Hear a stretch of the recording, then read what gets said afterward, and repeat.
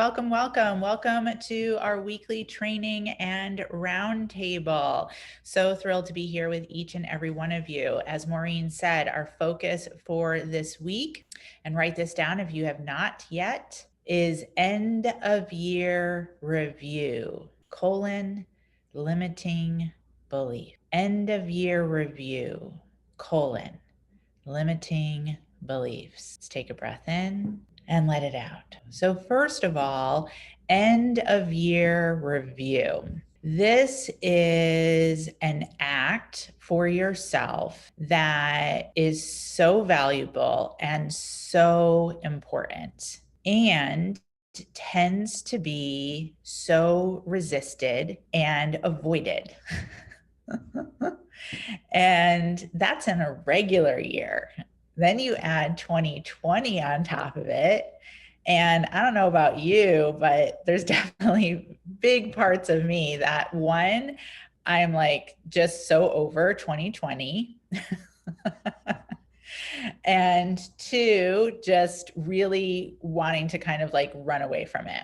But the truth is, as you've heard me say before, is that everything that 2020 has brought to us is not going to disappear because the clock strikes midnight on December 31st. Darn it. So the best thing that we can do is play a proactive part in really carrying over what 2020 has brought to us as learning into 2021. So over the next 3 weeks, as we move through December and head towards end of year holidays, we're going to be looking at different aspects of end of year review. Today, we are looking at limiting beliefs. So this is connected to our crown from our fall 2020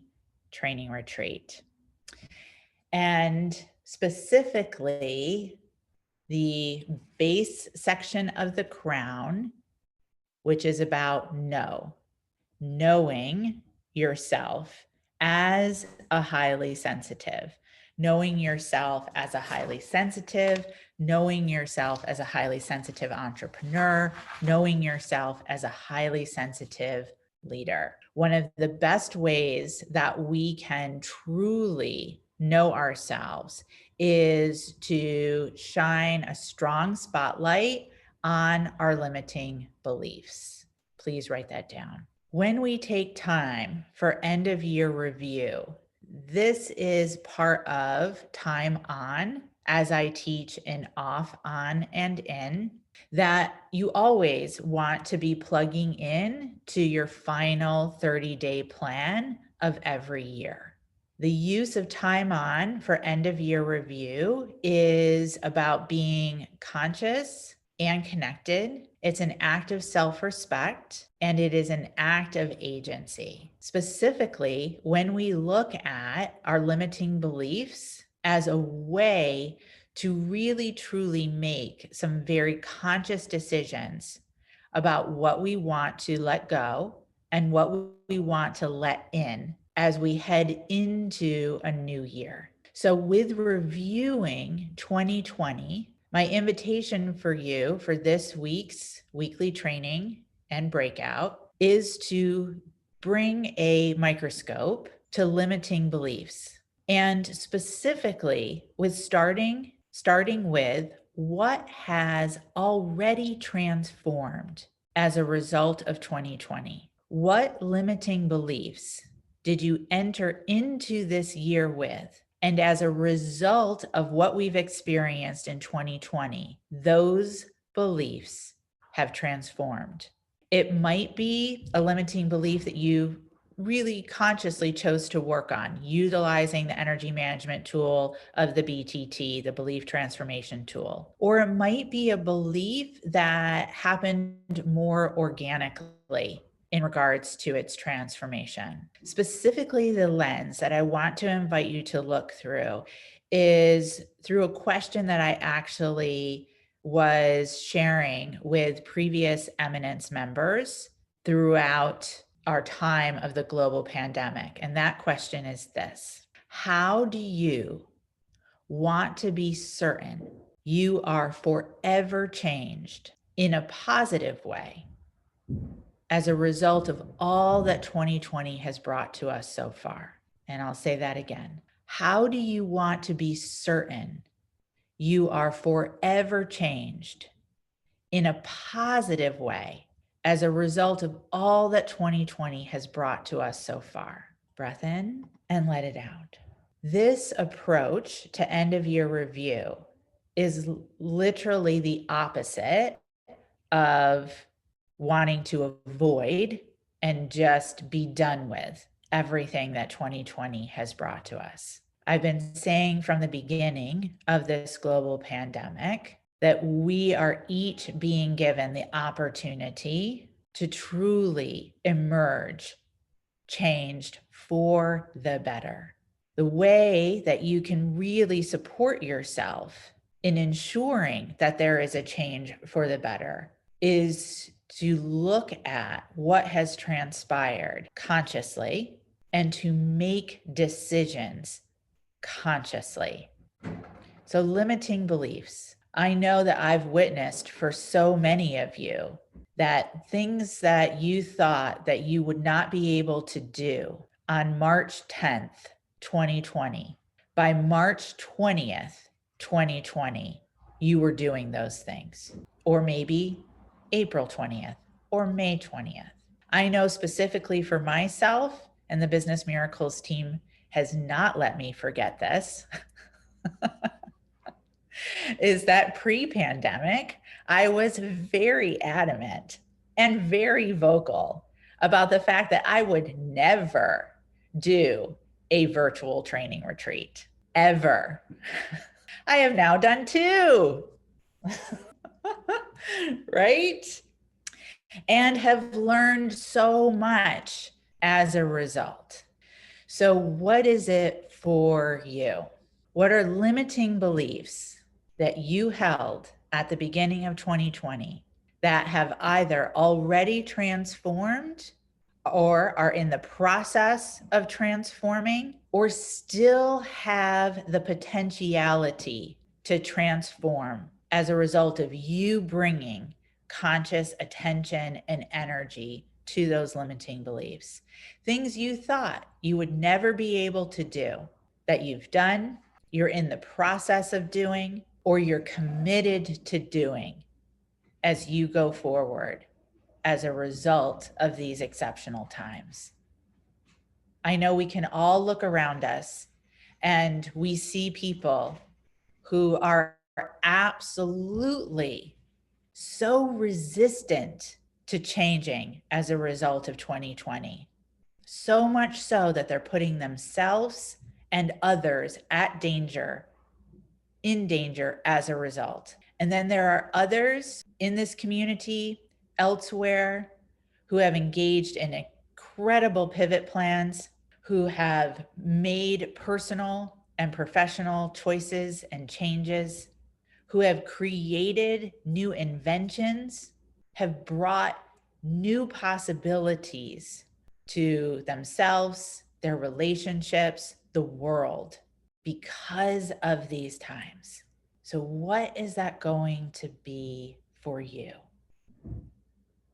This is the question that we all have the opportunity to look at starting today in this weekly training and roundtable session. So before we go into breakouts to take this conversation further about what are the limiting beliefs that have transformed, are in the process of transforming, or are meant to transform as 2020, I also want to bring forward our community curator, Lorna, and I'm going to introduce what I'm referring to as part of these weekly trainings and roundtables as Curator Corner. So Lorna, I would love for you to bring your Curator Corner perspective to this week's focus of end of year review and limiting beliefs. Lorna, welcome. Thank you. Thank you so much. Well, what comes to mind for me is where most of you probably are in your track trainings right now. as you're working through your track, starting at the beginning, as is recommended, where there are several orientation trainings. And so some of you have been beautifully showing up and really receiving a lot by going through the training, again. I know some people have said multiple times, right? But for others of you, there may be limiting beliefs showing up around going through the orientation trainings and going through your track in the order that's been suggested. So I recommend that you take that into account as you look at your assessment. And you never walk in the same river twice. So that means that you're never the same person you were the year before, the month before, the week before, the day before, the second before. We've all changed since the beginning of this weekly training and roundtable session. So take a look at how are you doing with those training tracks, and just recognize that they're there for a reason, and they're there again for a reason. They are essential key to success in the program. So take that into consideration with your assessment, and we are always here to serve and support you as you do that. Beautiful. Is that the completion of Curator Corner for today? That is completion, yes. I'll come up with a completion tagline. Community curator out. 10-4 over. You'll come up with something better. All right, beautiful. The only other piece that I'll add in regards to those, your tracks and those orientation trainings, is they have been consciously curated. So have that in mind in regards to what it is that we see has been most effective and is most effective when it comes to that training and transformation process as a highly sensitive. The only other piece that I want to also share before we go into breakout sessions is that when it comes to the know portion of your crown, I want to give a reminder that the knowing of self as a highly sensitive is also perhaps connected, for those of you who are part of the summer training retreat, to the acorn that came through as part of that process. So the dot connections that you want to be looking for are, what is that acorn? What are limiting beliefs that perhaps I'm still holding in connection to that acorn? And how is that inhibiting that process of knowing myself? Or what is it that, again, I want to be consciously creating when it comes to knowing myself as a highly sensitive entrepreneur and leader as I head into 2021, okay? So let's now go into breakout sessions to take this conversation further. We will be in breakout sessions for 20 minutes. So Susie, when you're ready. Yay! Do we all make it? Okay, so welcome to our breakout session on end of year review, limiting beliefs. Just a reminder, in breakout session for our weekly trainings, you are responsible for muting and unmuting yourself in the breakout session, okay? So welcome, welcome. And gosh, geez, I just got the very best members in my breakout session. Let's start with, I'd like to hear one takeaway from the training on end of year review, limiting beliefs, that I just shared. So take a minute to review any notes that you may have written down. And what is one takeaway that you received from this concept of end of year review, limiting beliefs? Just raise your physical hand when you're ready to share. Beautiful. Awesome. Karen Osborne, you want to start us off? All right, Susie, I'm lucky that I've got you because it seems like members. Okay, great. There it goes. Good. Okay. Yeah. So the way I was thinking through it, any limiting beliefs that I might have had at the beginning of the year were just like blown up in a major explosion on April 4th, when Rick passed away. And I really didn't start thinking about any of that stuff until after I moved, because I was doing things that I never expected that I would have to do in 2020. Yeah. Um, Definitely. And you've so beautifully shared with the community at other times, Karen, about, how this process of loss has impacted you, and such a personal loss to, in regards to husband, spouse, partner. And it's just been so beautiful and such a gift to all of us, because 2020 has brought loss, right? In one way or another for each and every one of us. I'm wondering if you would be willing to share, Karen, something that's specific and tangible that you've done in 2020 as a result of this loss that you never thought that you would do or be able to do.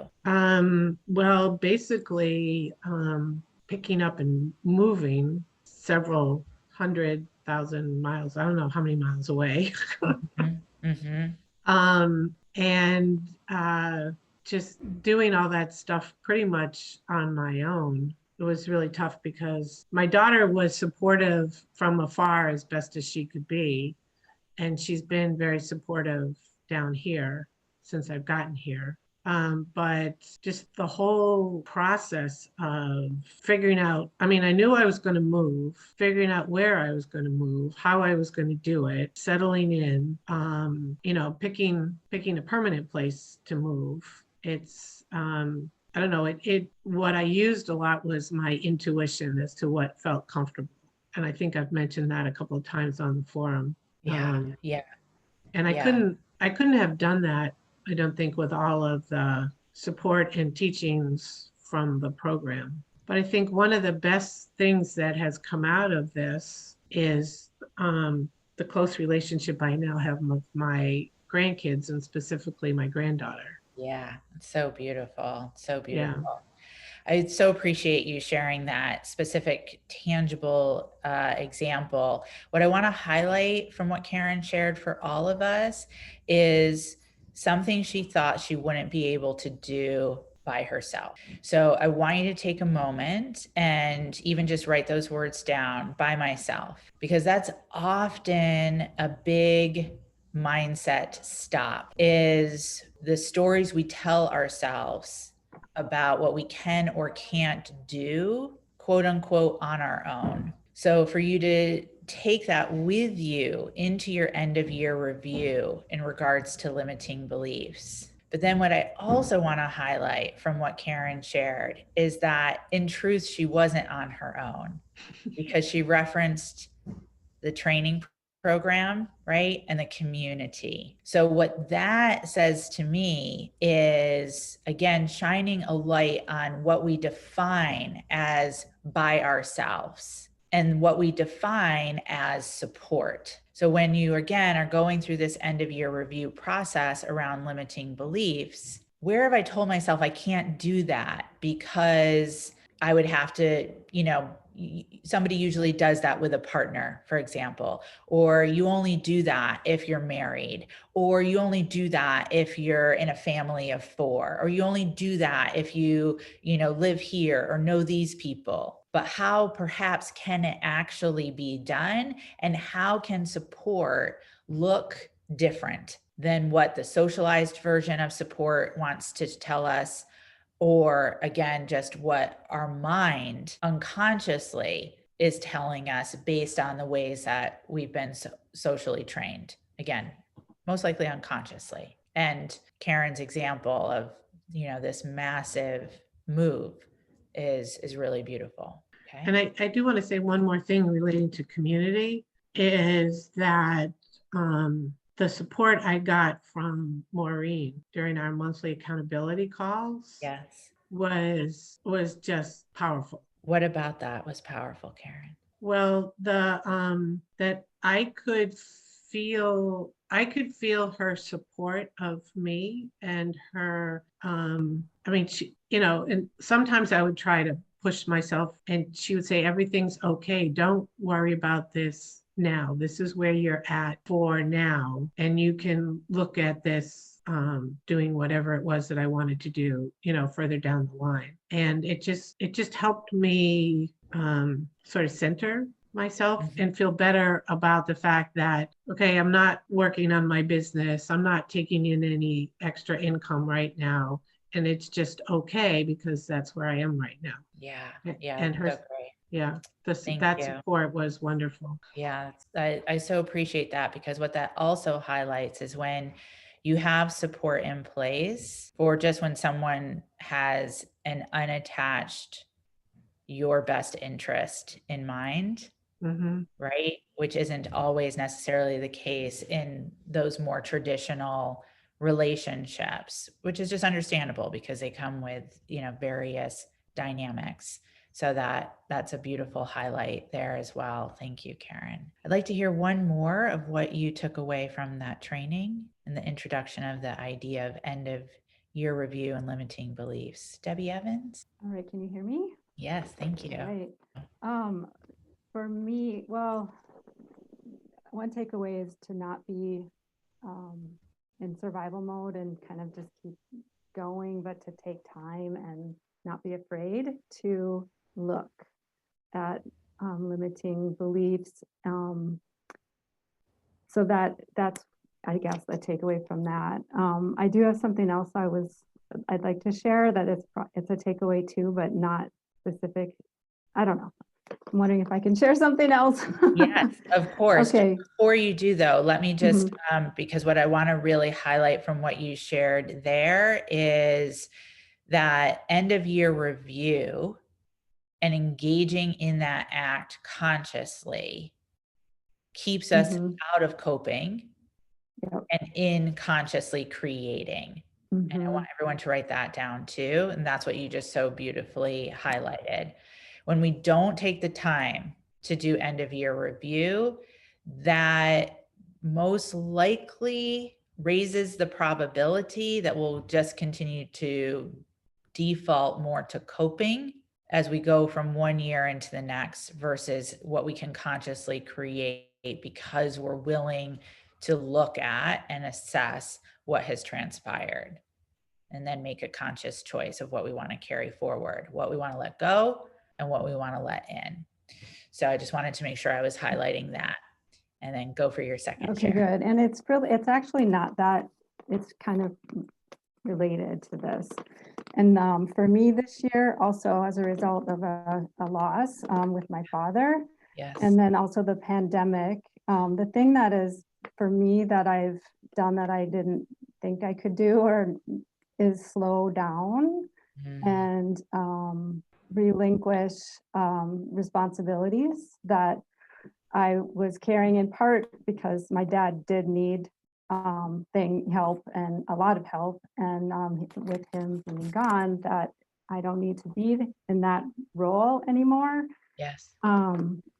Which opens up a lot of time, but then B, it's been an inquiry of a lot of other things that I have done that were more about taking care of other people versus myself. And so just being open to having less to do in my day and less mental, like, okay, I need to do this, financial thing for my dad, or I need to do this or that. There's just a lot more open space. And it's been challenging to sort of let that in at times.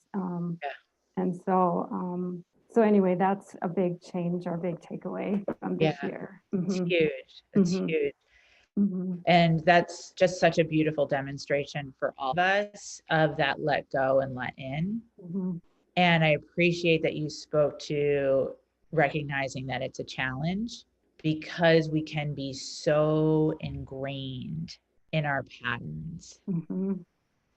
whether they're serving us or whether they're not. Yep. So even though you have that intellectual understanding, right? If we go back to, we look at Ayuk, awareness, understanding, and then into knowing, you have the intellectual understanding of like, oh yeah, this makes sense, that to not be putting so much energy into taking care of everybody else all the time would be really helpful for me. And then it's a whole nother choice, action, choice, action, choice, action experience to let that change in. And that's exactly what we're looking to really be able to focus in on as part of this end of year review. And again, that question, how will I be changed for the better as a result of 2020? And I swear to God, in my personal opinion, if everyone on the planet right now would engage with that question, we would like just have such potential as a human community. But again, you have so many people who are just resistant. They will not let the change in for exactly that reason. Because it's not necessarily easy, but not necessarily easy doesn't mean that it's impossible. It just means it takes some time, some attention, some energy, some effort, and willingness, right? Let's take a breath in and let it out. So from here, where do you feel like you could use or need some support when it comes to end of year review and specifically with limiting beliefs? Anything from, I know this sounds great, Heather, but I'm going to tell you, I'm not going to do it, to how do I best do it, to what if I don't want to do it, to what if I don't like what I see, or anything and everything. Where do you feel like you could use some support? Nikki, start us off. Hello. Just off the top of my head, to assess or whatever the things that I haven't been able to accomplish. And how does that connect to limiting beliefs, do you see? It takes me right to, I can't handle it, but I can. And so I guess a limiting belief would be, you didn't get it done, or you didn't get this particular thing done, so you never will. Right. And then, yeah. That's it. That's it. Right. Exactly. So that's where the perspective of a limiting belief can be very, very valuable for the things that we said that we were going to do in 2020, but we didn't do. Right. So just that right there, identifying that limiting belief gives us the opportunity to shift and change it. I don't know about you, but did you feel even just a slight shift in the energy when you were able to name it that way? Right? Yeah. Right? Just Yes. say it out loud. Yeah. Exactly. Exactly. So you can start there is just identifying that limiting belief, and then you flip the switch. Okay. Right? What's the opposite? Okay. So I'll tell you, and you know, some of the members know this and who are here in this breakout session is, you know, I'm working on a book, and big, huge plans, 2020 book going to be done by December. I'm on the beginning of chapter 2. Because a whole bunch of stuff happened in between that needed my time and attention and energy. It doesn't mean I'm not going to write the book. It does mean that the process needed to shift. Okay. Okay. Yeah. Thank you. Yeah. What do you hear there that's helpful? That I'm not the only one, and that's a biggie for me, because I tell myself stories that I am the only one in the whole community that doesn't get everything done that he or she wants to get done, and that it felt really good coming from you. Okay. Yeah, totally. Is that all?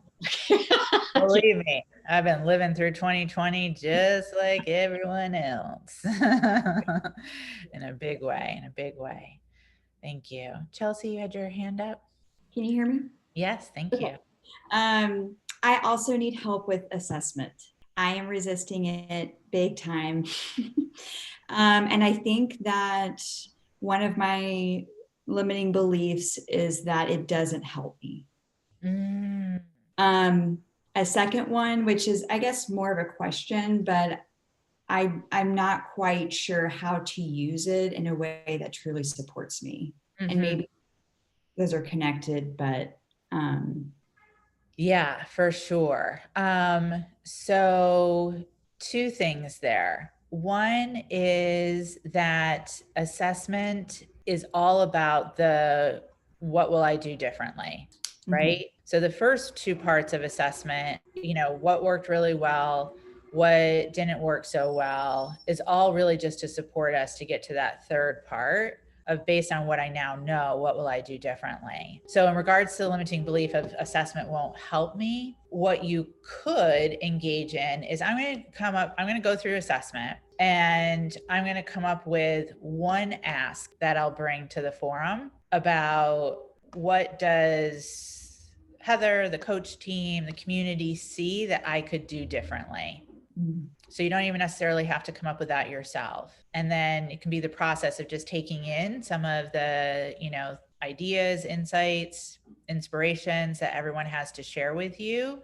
And then you get to choose. Do I want to take that on? Do I want to try that? Do I want to do that differently? Or do I not? Do I want to just stay with what I've done? And if you go through that part of the process, just even that, which is even if you decided not to take any of the ideas, that in itself is valuable because you're making a conscious choice. Does that make sense? Yes. So going through the first two and then bringing those to the forum to ask for support. I guess there are some times where I feel like I don't even know the. It's okay. We're slowly making a shift back. Yes. Sorry. Okay. I didn't give a good warning on that. I don't even know the answer to question 2. Like it's a situation or a 30-day plan that I was content with. And so I justify not doing the assessment because I was like, it's fine. It was fine. Yes. So I'm gonna actually continue this as we bring everyone back, because I think this would be really valuable for everyone to hear. So I'm gonna give just a moment as everyone is coming back into the main classroom. Okay, so I think we're slowly coming back. And so for those who were in the breakout session with me, we were just supporting Chelsea McGow, who brought forward the question of, well, I don't really, forgive me if I'm not using the right words here, Chelsea, want to do assessment because I don't really see how it's going to help. That's the limiting belief. It's not really anything that's going to change. Do I have that right, Chelsea? Yes. Okay. So I think that's valuable for all of us to look at as part of this week's training and roundtable. And what I had shared with Chelsea is that the first two parts of the assessment, what worked well and what didn't work so well, are all to lead to the third part of the assessment, which is based on what I now know from this assessment, what will I do differently? So I had suggested to Chelsea, she can just bring parts 1 and 2 of the assessment to the forum and then ask for input, ask for creative ideas, insights, inspirations about what to do differently, which is really, really absolutely available to each and every one of us. So you don't have to feel necessarily like the weight or the pressure is only on you to be able to access those do differently's. And then what Chelsea was sharing was, well, sometimes I feel like everything worked just fine. So I don't even necessarily really have to do assessment because I feel good about where everything is at. So here's my input to that part, which is, one, if you really, truly, honestly do a heart check-in and you really are like, I am so good, everything is working just as it needs to. Great, fantastic. There's your assessment, right? Something doesn't have to be wrong. Something doesn't have to be hard. Something doesn't have to be learned. If everything is working well, that's a learning right there. Keep doing what's working. Great. If you do an honest check-in, you're telling yourself, I don't really need to do this assessment because everything's working. But then when you really do an honest check-in, you're like, well, wait a minute. There are some things that I just don't feel so great about. Then that's an indicator that the ego mind's at work and is trying to just have you avoid. And then it's valuable to go into the assessment. And that's a very valuable distinction. What we really want to remember about assessment, about end of year review is this: it's to help you feel better. That's it. It's to help you feel better through a sense of agency, that you actually do have the ability to create what it is that you want. As I was also sharing with my breakout session, when we're not engaging in assessment, when we're not engaging in end of year review, that raises the probability to default into coping. What you shine light on brings you light. It helps to release the weight, to relieve the burden of limitation, of a sense of lack, and or any sense of incapability. So if you still find yourself resisting assessment and end of year review, and just ask yourself, one, do I feel super, super great about everything? If I do, fabulous, I'm good. Or do I have areas of my business, my profession, my life that I desire to feel better about? And if the answer is yes, then we engage in assessment, in end of year review, as an act of inquiry. Again, to connect you to that privilege of agency. How do you want to be certain you are forever changed in a positive way as a result of all that 2020 has brought to us? With that in mind, I'm going to invite you to re-listen to this audio from our fall 2020 training retreat. I invite you to put your hands on your heart, close your eyes, and just take it in. Sometimes I wonder what to say to you now in the soft afternoon air as you hold us all in a single death. I say, where is your fire?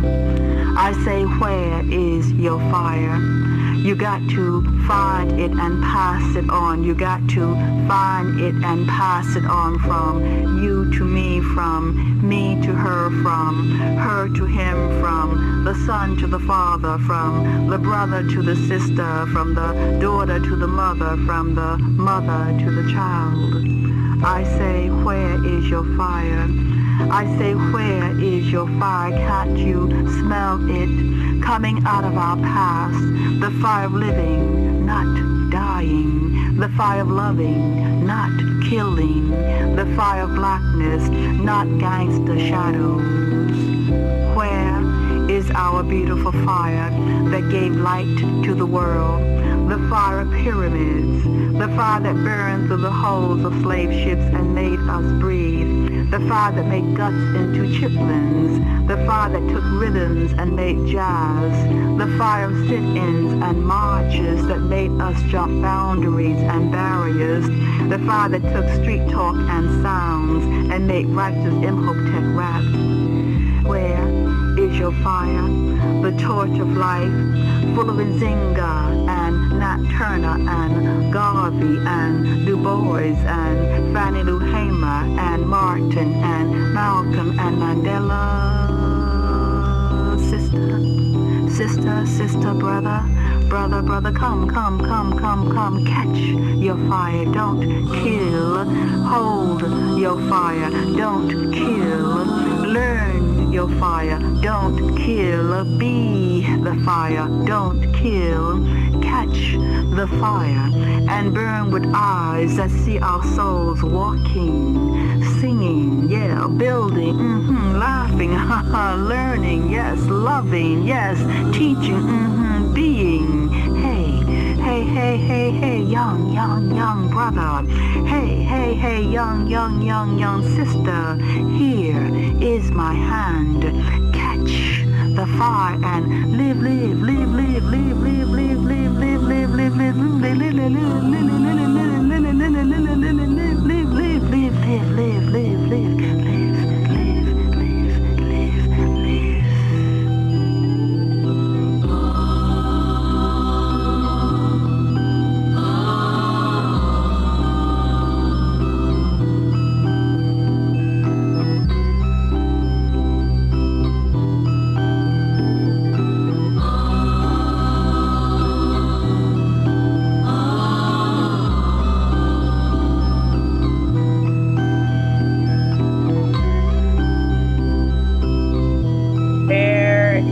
fire?